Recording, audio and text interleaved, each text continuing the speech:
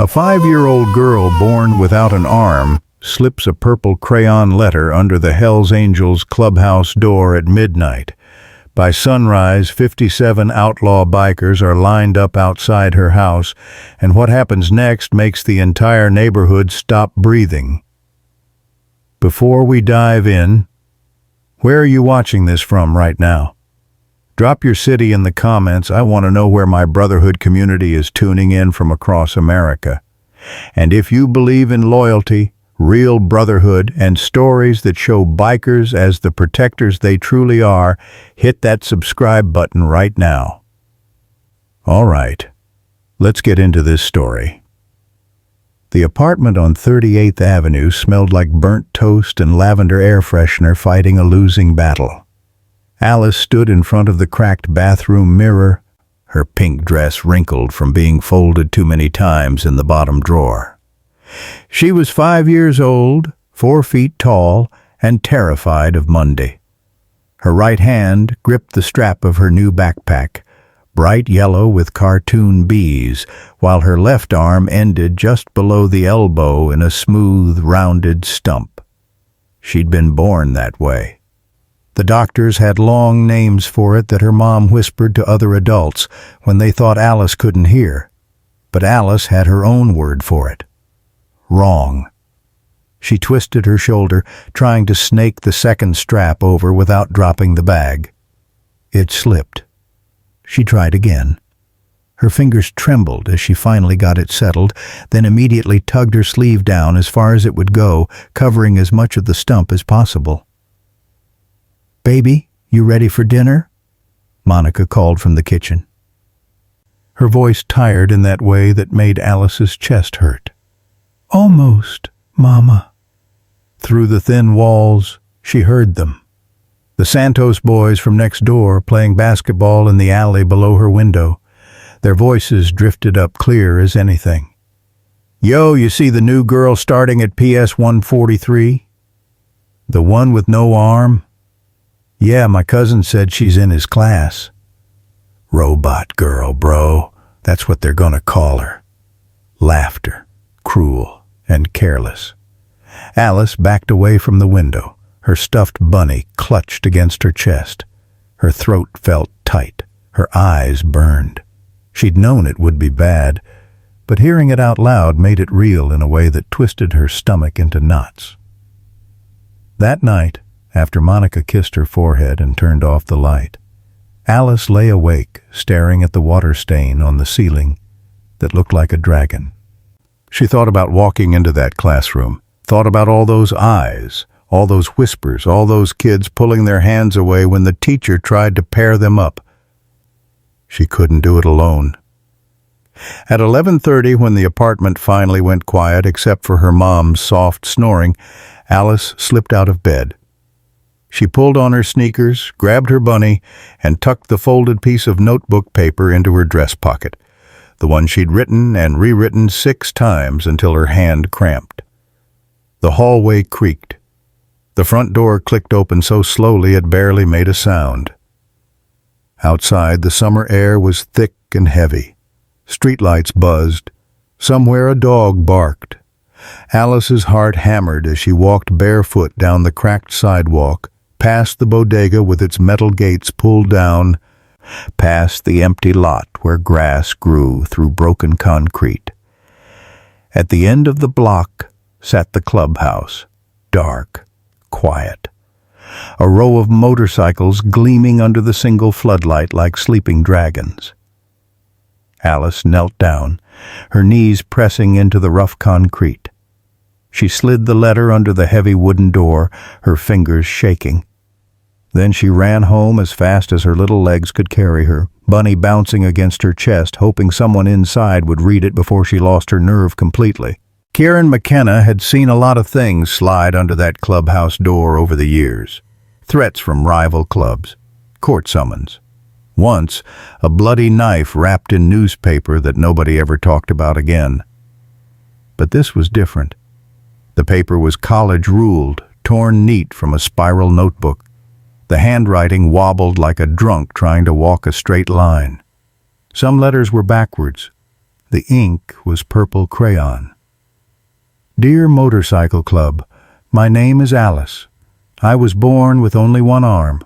Kids stare. Some laugh. I start school Monday and I'm really scared. Will you hold my other hand on the first day? Love, Alice in the pink house. Kieran read it twice, standing under the single bulb by the door, his cigarette burning down to his knuckles. Inside, the boys were wrapping up. Jax wiping down the bar, Lopez stacking chairs. Big Tommy arguing about the Yankees game like it mattered. Thursday night in Queens. Just another week in America where nobody gave a damn about guys like them.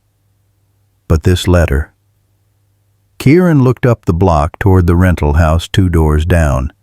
Peeling paint, rusted chain link, toys scattered in the dead grass like a kid's hopes nobody bothered picking up. Through the window he could see her, tiny thing in a pink dress, one arm wrapped around a stuffed rabbit, the other arm ending where it shouldn't. She was crying, wiping her face with the stump. Something cracked in his chest, something he thought he'd buried years ago under scar tissue and bad decisions. He folded the letter carefully and pushed through the clubhouse door. The room went quiet when they saw his face. "We got a situation," Kieran said. Jax looked up from the bar rag. "Cops?" "Worse." Kieran dropped the letter on the pool table. "A 5-year-old. Big Tommy snorted. "Since when do we do babysitting?" "Since she asked us to." Kieran's voice was flat, but his jaw was tight. "Read it." Lopez picked it up first. His eyes moved slow across the crayon words. Then he passed it to Jax, then Tommy. Nobody laughed. Nobody cracked wise. You could hear the refrigerator humming in the corner. "Monday," Jax said quietly. "That's 3 days." Kieran nodded. "She thinks we're her only shot." "What's she think we're gonna do?" Tommy asked. "Roll up to PS 143 with 50 bikes? Scare the hell out of some kindergartners?" Kieran met his eyes. "Maybe that's exactly what we do."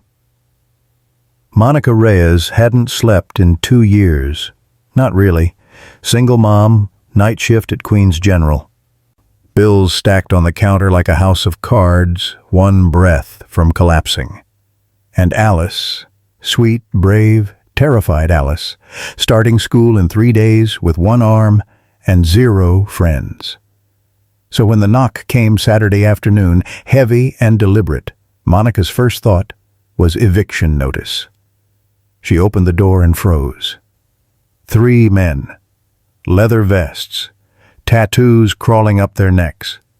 The one in front was massive, 6'3", maybe 240, with knuckles wrapped in medical tape and a scar splitting his eyebrow. His vest read Hell's Angels across the back in red stitching that looked like it had seen blood. "Mrs. Reyes?" His voice was gravel. Monica's hand tightened on the doorknob. "Who's asking?" "Name's Kieran. This is Jax and Lopez." He nodded to the 2 behind him. One black, one Hispanic, both built like they ate railroad ties for breakfast. "We got your daughter's letter." The world tilted. "What letter?" Kieran pulled a folded piece of notebook paper from his vest. Purple crayon. Backward letters. "Will you hold my other hand on the first day?" Monica's breath caught. Behind her, she heard the creak of Alice's bedroom door. Tiny footsteps. Then Alice appeared at her hip in that pink dress, the one she wore when she wanted to feel pretty, when she needed armor against the world. Her eyes went wide. "You came," Alice whispered. Kieran crouched down slow, like he was approaching a scared animal, eye level with a 5-year-old. "Yeah, kid, we came." Monica's instincts screamed. These were the men the news warned you about, the ones cops followed, the ones mothers told their daughters to cross the street to avoid. But Alice was staring at Kieran like he'd just stepped out of a superhero movie. "Can we talk inside?" Kieran asked. 5 minutes. That's all. Monica wanted to slam the door, wanted to call 911, but something in his eyes stopped her. Something that looked a lot like the fear she saw in her daughter's face every night before bed. She stepped aside. They sat in her living room. 3 outlaw bikers on a sagging Goodwill couch, Monica perched on the armrest like a bird ready to fly, Alice peeking around the corner clutching her bunny. "Your daughter," Kieran started, "asked us to walk her to school Monday. She thinks kids are going to make fun of her arm." "They will," Monica said, her voice breaking. "They already have." Lopez leaned forward.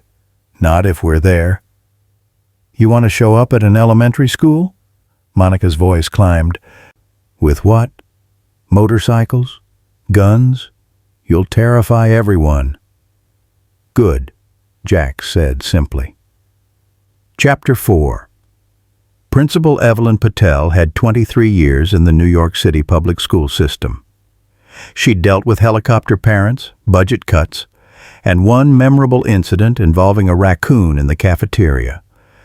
But she'd never had a Hell's Angel walk into her office.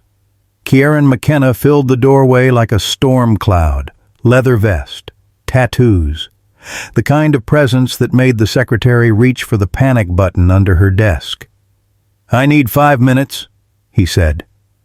Officer Rodriguez, school resource officer, NYPD, 14 years on the force, stepped between them.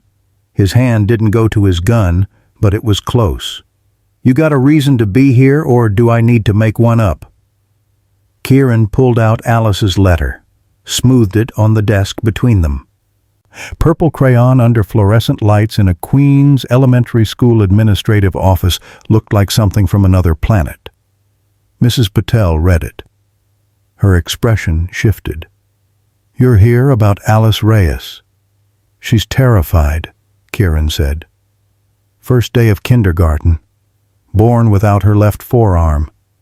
Kids already calling her Robot Girl on the block."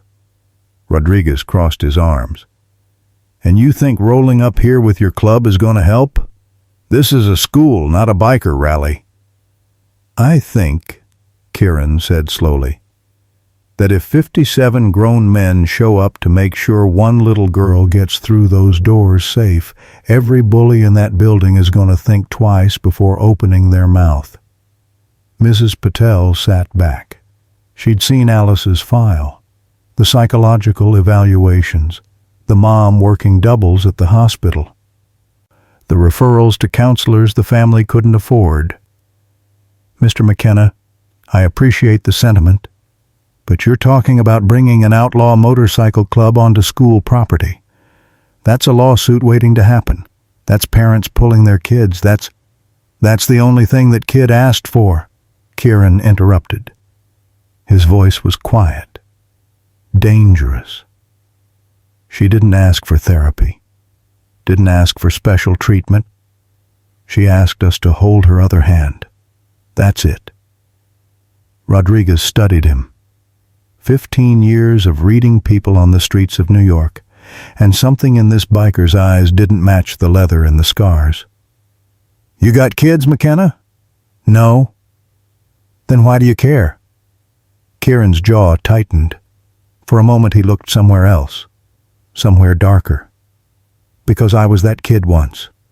Different reason. Same fear." The room went quiet, except for the hum of the ancient AC unit and the distant sound of a school bell. Mrs. Patel folded her hands. "If I allow this, and that's a massive if, there are rules. No colors inside the building. Engines off 1 block away. No weapons, no drama. You're there for exactly one purpose." "To get her through the door," Kieran said. "To get her through the door," Mrs. Patel repeated. She looked at Rodriguez. He didn't look happy, but he nodded. "Monday morning," she said, 7:45. 1 block radius. And McKenna? If this goes sideways, I will personally make sure every precinct in Queens knows your name." Kieran stood, extended his taped hand. She hesitated, then shook it. "It won't," he said. But walking out, past the trophy cases and the bulletin boards covered in construction paper cutouts, Kieran knew he'd just made a promise he wasn't sure 57 Outlaws could keep. The clubhouse smelled like motor oil, old leather, and the kind of history that didn't make it into books. Saturday night, and every patched member in the Queens chapter was packed into the back room. 57 men who'd spent their lives being told they were the problem with America. Kieran stood at the head of the table, Alice's letter in his hand. "We taken a vote," he said. No preamble, no speech. Big Tommy lit a cigarette. "On what? Playing kindergarten cop?" "On showing up for a kid who's got nobody else." Jax leaned back in his chair, arms crossed. "Man, we start doing escort duty for every scared kid in Queens, we're gonna need a yellow bus." A few guys laughed, not many. Lopez spoke up. "What's the heat situation? Cops gonna have a field day with this?" "Already cleared it," Kieran said. "Principal signed off. NYPD resource officer knows we're coming. 1 block, engines off, no stunts." "So we're basically babysitters with better bikes," someone muttered from the back. Kieran's fist hit the table. Not hard, just enough. The room went dead silent. "This little girl," he said, voice low and steady, "wrote us a letter in purple crayon. She's 5 years old, born without an arm, neighborhood kids already mocking her. Mom's working doubles to keep the lights on. School starts Monday and she's so scared she can't sleep. She could have asked anyone, could have asked her teachers, the cops, some church group, but she asked us." He held up the letter, the wobbly handwriting visible even from the back row. "She asked the Hells Angels, the guys everyone crosses the street to avoid, the guys the PTA warns their kids about. She asked us because she thought maybe, just maybe, the scariest men on the block might be the only ones brave enough to stand with her." Big Tommy stubbed out his cigarette. "Kids got guts." "More than most," Lopez agreed quietly. Kieran pulled out his phone, showed them the picture he'd taken through Alice's window. Tiny girl in a pink dress, trying to make a fist with her stump, mimicking what she'd seen bikers do on the street, trying to be tough when she was terrified. The room shifted. You could feel it. 57 of us, Kieran said. Monday morning, we form up outside her house, ride together, park 1 block out, walk her to the door. "What's that gonna prove?" someone asked. "That she's not alone," Kieran answered. "That's all she wants, to not be alone." Jack stood up. "I'm in." Lopez nodded. "Yeah, I'm in." One by one, hands went up around the room. Guys who'd spent 20 years being called criminals, thugs, gangs. Guys who'd done time. Guys who'd buried brothers. Guys America had written off. All of them raising their hands for a 5-year-old girl in Queens. Big Tommy was last. He looked at Kieran for a long moment, then grinned. "Guess we're going to kindergarten." Kieran folded the letter carefully, put it back in his vest pocket, right over his heart. "Monday," he said. 7:30. Full patch. And boys, we're not going there to scare kids. We're going there to protect one. Monday morning arrived like a sentencing. Alice woke up at 5:30, stomach in knots, staring at the ceiling. Monica was already up, moving through the apartment like a ghost, trying to make breakfast neither of them would eat. "You don't have to wear long sleeves, baby," Monica said softly, holding up a short-sleeved shirt with butterflies on it. Alice shook her head. grabbed the pink dress instead, the one she'd worn when she delivered the letter. Armor. By 7:15 they were both standing at the window, watching, waiting. Monica didn't know if the bikers would actually show. Part of her hoped they wouldn't. Part of her prayed they would. Then she heard it. Distant thunder, low and rolling like a summer storm coming across the East River. The kind of sound that rattles windows and sets off car alarms. The kind of sound that makes people in Queens look up from their coffee and wonder what's coming. Alice's eyes went wide. "Mama?" The thunder grew louder, closer, and then they appeared. One bike, then two, then 10, then 20. A river of chrome and leather flowing down 38th Avenue like a parade nobody invited but everyone was going to remember. Harleys, Indians, Triumphs, engines rumbling in a synchronized growl that shook the pavement. Neighbors poured out onto their stoops. Mrs. Chen from the bodega, the Santos boys who'd mocked Alice, the elderly vet from upstairs who hadn't left his apartment in 3 years. Everyone watching as 57 motorcycles rolled slow down the block and stopped, right in front of Alice's building. Kieran cut his engine first, swung his leg off the bike, stood there in full leather, patches across his back, morning sun catching the chrome on his belt buckle. One by one, the others followed, dismounting, lining up, silent as a funeral procession. Monica's hand covered her mouth. "Oh my God." Alice pressed her face to the window, tears already streaming down her cheeks. Kieran looked up, saw her, and something in his weathered, scarred face softened. He walked to the building's front door and knocked, 3 times. Gentle. Monica opened it, Alice hiding behind her leg, peeking around with one arm clutching her yellow backpack, the other arm, short and small, pressed against her mother's jeans. Kieran knelt, dropped to one knee on the cracked concrete, eye level with a kindergartner. "You Alice?" His voice was gravel and honey.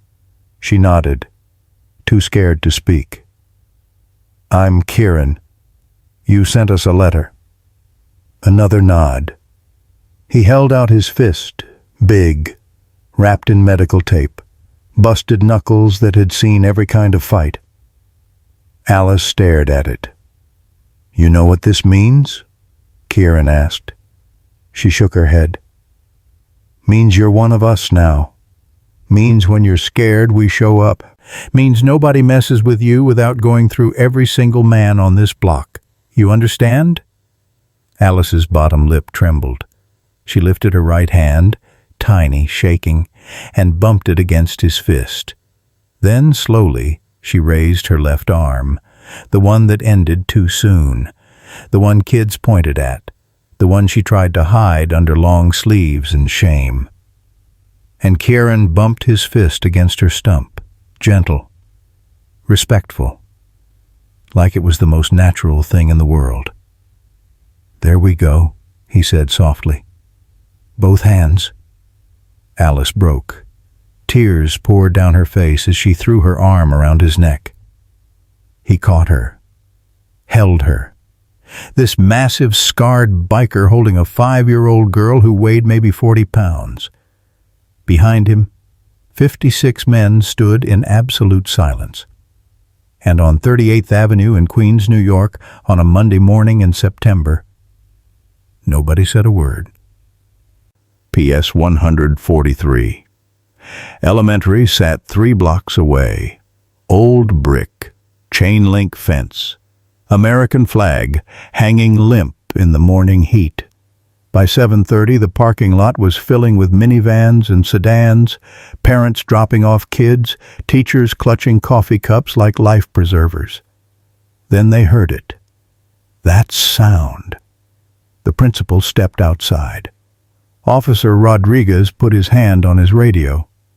Parents froze mid-goodbye. 57 motorcycles rolling in formation down Steinway Street. Slow, controlled, engines cutting off one block out just like they'd promised. And then the riders appeared on foot, a wave of leather and chrome walking up the sidewalk toward the school like something out of a fever dream. Kids pressed their faces to classroom windows. Teachers whispered. One mom grabbed her son and started walking the other direction. But the angels didn't stop at the entrance. They lined up, 2 rows, stretching from the curb to the front doors of the school, facing each other, creating a tunnel, a human corridor made of 57 men who'd been told their whole lives they didn't belong anywhere near children. Kieran walked in the middle, Alice's small hand in his right hand, his left hand hovering gently where her missing forearm ended, not holding it, just there, present, protective. Her yellow backpack bounced with each step. The silence was deafening. As they walked, each angel reached out. Not grabbing, not overwhelming, just a gentle touch on Alice's shoulder. A nod, a quiet, "You got this, kid. We're here. You're safe." Big Tommy had tears running down his face. Lopez's jaw was clenched so tight you could see the muscle jumping. Jax kept his eyes forward, but his hands were shaking. Alice walked through that tunnel like she was walking through fire and coming out forged in steel. Her chin lifted, her shoulders straightened. The little girl who'd hidden her arm under long sleeves was now holding it up, visible, unashamed, because 57 men just told her it didn't matter. They reached the doors. Mrs. Patel stood there, mascara already running. Officer Rodriguez wiped his eyes and pretended it was sweat. Kieran knelt one last time. "You good?" Alice nodded. She looked back at the tunnel of bikers, then at Kieran. "Will you be here after?" "Every single day you need us," he said. She smiled. Actually smiled. Then she turned and walked through those doors into PS 143 like she owned the place. The bikers held formation until she disappeared into the hallway. Then, without a word, they turned and walked back to their bikes. Nobody high-fived, nobody celebrated. They just mounted up and rolled out, leaving behind a school full of people who'd just watched the entire definition of outlaw get rewritten. Mrs. Patel stood in the doorway watching them go, Rodriguez beside her.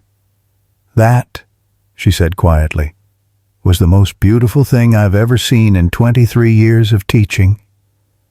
Rodriguez nodded, didn't trust himself to speak. Inside, Alice sat in her assigned seat in Mrs. Murphy's kindergarten class. The other kids stared. She waited for the whispers, the pointing, the robot girl taunts. Instead, a boy named Marcus leaned over. "Were those your friends?"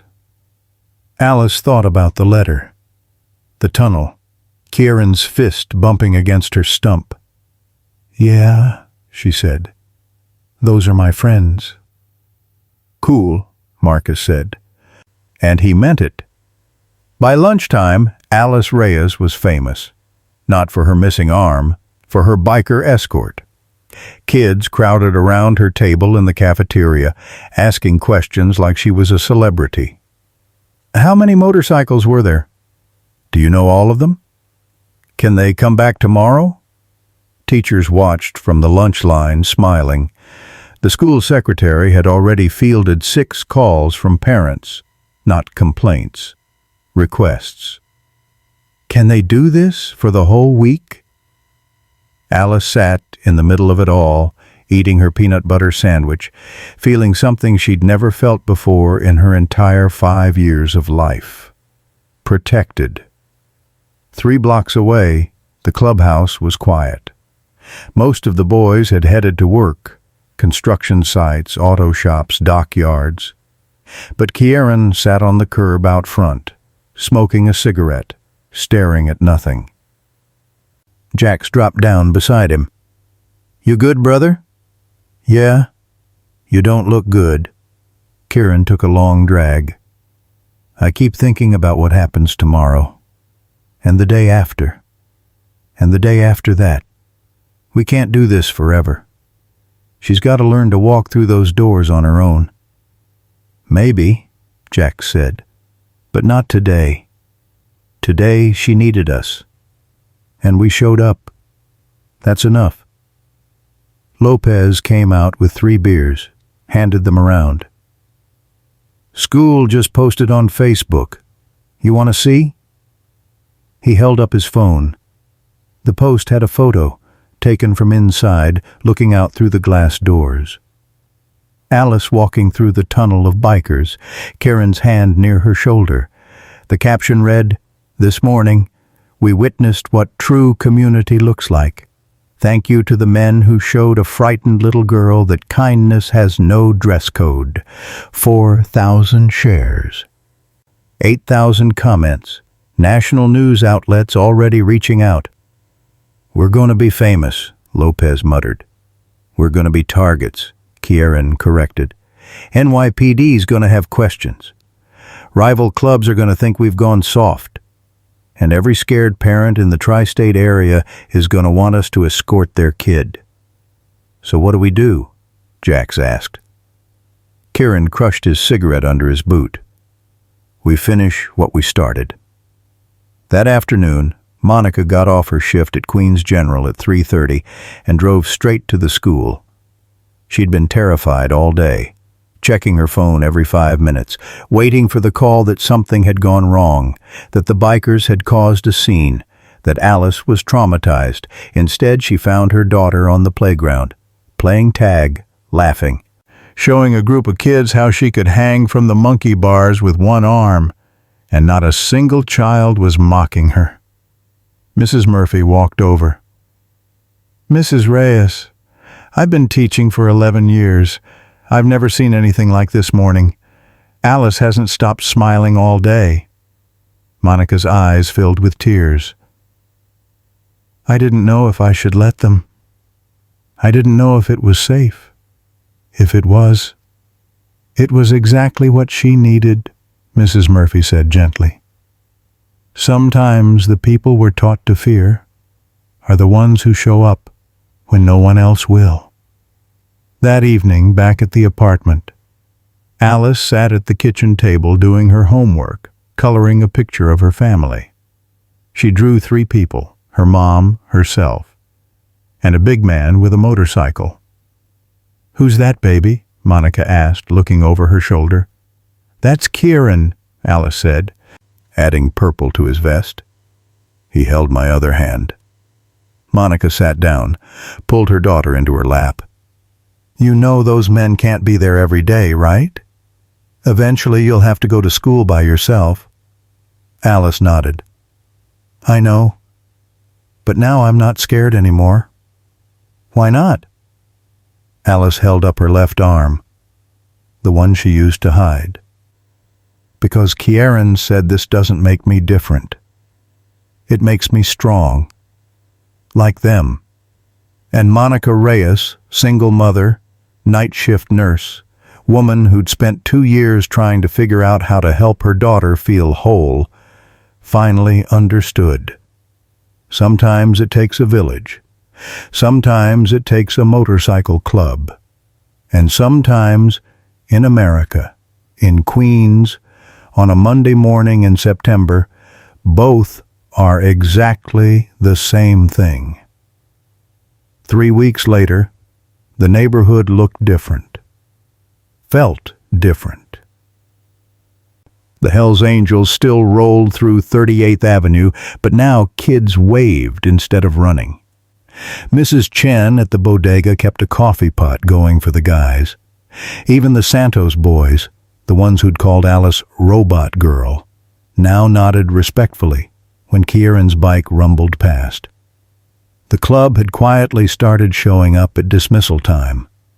Not every day, not making a scene, just parking across the street, visible enough that everyone knew they were watching.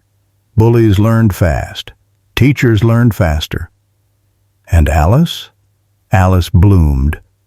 She wore short sleeves now, joined the soccer team and discovered she could dribble better than kids with two hands, made friends, stopped hiding, started every morning by giving her mom a hug and checking the window to see if Kieran's bike was parked at the end of the block. Most days it was. On a Saturday in October, the club hosted a backpack drive in their parking lot. They'd put the word out, bring donations, school supplies for kids who needed them. Monica expected maybe a few people to show up. 200 came. Teachers, parents, cops. Even Mrs. Patel and Officer Rodriguez brought boxes of notebooks and crayons. The local news showed up. Channel 7 ran a segment titled "Angels in Leather: How a Motorcycle Club Changed One School's Definition of Community." Kieran hated the cameras, hated the attention, but he stood there and gave the interview because Alice asked him to. "Why'd you do it?" the reporter asked. Young woman, microphone in his face, expecting some rehearsed answer about charity or redemption. Kieran looked past her, at Alice playing with a group of kids in the clubhouse parking lot, laughing, carefree, her left arm swinging just as proudly as her right. "Because she asked," he said simply. "And because nobody should have to walk into a fight alone. That's not how we do things in this country. Not how we should, anyway." The segment went viral, but that's not what mattered. What mattered happened that evening, after the cameras left and the crowd thinned. Alice walked up to Kieran holding a piece of construction paper, folded in half, her handwriting a little steadier than the purple crayon letter from a month ago. "I made you something," she said. He opened it. Inside was a drawing, a big man on a motorcycle, a little girl with one arm, both of them holding hands. Above it, in careful block letters, "Thank you for being my friend." Kieran's throat tightened. He knelt down. Same way he had that first morning. "Eye level with a kid who changed everything without even knowing it. Can I ask you something?" he said. "Yeah." "Are you still scared of school, of kids, of being different?" Alice thought about it, really thought about it. Then she shook her head. "Not anymore, because I know something now." "What's that?" "That I'm not alone, and that's what makes people strong. Not having two arms, having people who stay." Kieran bumped his fist gently against her stump. "Their thing now, their handshake." "Kid," he said, his voice rough with something that might have been pride, might have been hope. "You just taught 57 grown men more about courage than we learned in our entire lives." Alice grinned. "Will you still be here when I go to middle school?" "As long as you need a hand," Kieran promised. "We'll be here." And he meant it. They all did, because in Queens, New York, on a block where everyone used to cross the street to avoid the clubhouse at the end, a 5-year-old girl with one arm had done something nobody thought possible. She'd turned 57 outlaws into heroes, not by changing who they were, but by seeing who they'd always been. The men America had written off.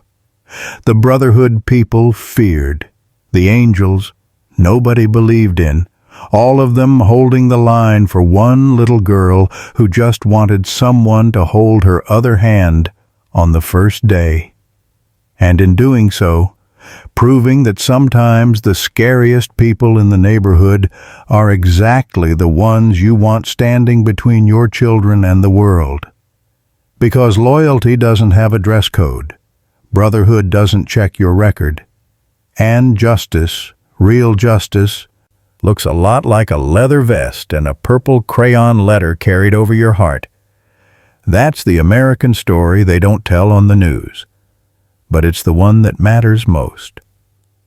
If you believe that courage has nothing to do with how many arms you have and everything to do with who stands beside you when you're scared, like, and share this story.